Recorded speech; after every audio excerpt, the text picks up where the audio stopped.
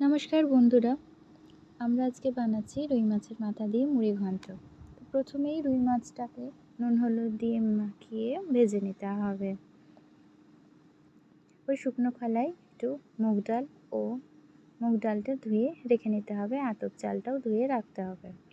মাছের মাথাগুলো তুলে নিলাম। তুলে নিয়ে এই তেলে এবার ডুমো ডুমো করে কেটে রাখা আলুটা দিয়ে দিতে হবে। আলুটা দেওয়া হয়ে গেলে নুন ও হলুদ সাথে সাথে দিয়ে দিতে হবে। এরপর ভালো করে আলুটা ভাজা ভাজা করে নিতে হবে। ভাজা ভাজা হয়ে গেলেই আমরা তুলে নেব।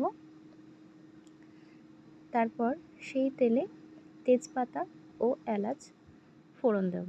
তেজপাতা ও এলাচ একটু নাড়াচাড়া করে কুচনো পেঁয়াজ দিয়ে আর একটু ভালো করে নাড়াচাড়া করতে হবে। পেঁয়াজটা একটু নরম হয়ে এলে তার মধ্যে আমরা বাকি মশলাগুলো দিয়ে দেব। প্রথমেই মশলা যা পড়বে তা হচ্ছে আদা, জিরে, লঙ্কা আর রসুন থেঁতো করা। এই মশলা দিয়ে ভালো করে কষাতে হবে। কষানো হয়ে গেলে হলুদ গুঁড়ো, লঙ্কা গুঁড়ো দিয়ে দিতে হবে। হলুদ গুঁড়ো, লঙ্কা গুঁড়ো দিয়ে ভালো করে মশলাটা কষিয়ে তারপরে ধনে গুঁড়ো দিয়ে দিতে হবে। ধনে গুঁড়ো দেওয়া হয়ে গেলে এবার কুচিয়ে রাখা টমেটোটা আমরা দিয়ে দেব। টমেটো দিয়ে ভালো করে কষাতে হবে। একটু নরম হলে আমরা কাঁচা লঙ্কা দিয়ে আবার টমেটোটাকে নাড়াবো মশলার সাথে। এরপর আস্তে আস্তে আমাকে ধিমে আঁচে একটু একটু ঢাকা দিয়ে দিয়ে করতে হবে।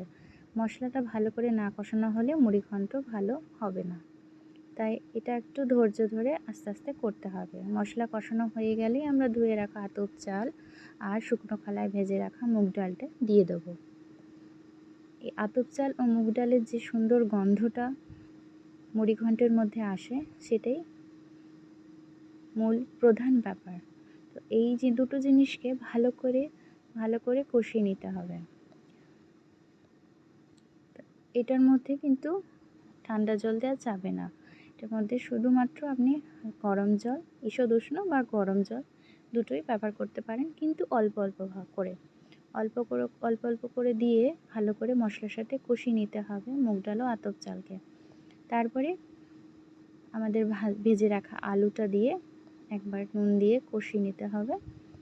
তারপরে কষানো হয়ে গেলে আপনি দেখবেন জলটা শুকনো হয়ে গেছে, তখন মাছের মাথা, কাজু কিশমিশ, গরম মশলা এগুলো দিয়ে ভালো করে নাড়াচাড়া করে একটু ফোটানো জল দিয়ে ঢাকা দিয়ে রেখে দেবেন। তারপরে আমাদের তৈরি হয়ে যাবে রুই মাছের মাথা দিয়ে মুড়ি ঘন্ট। সবার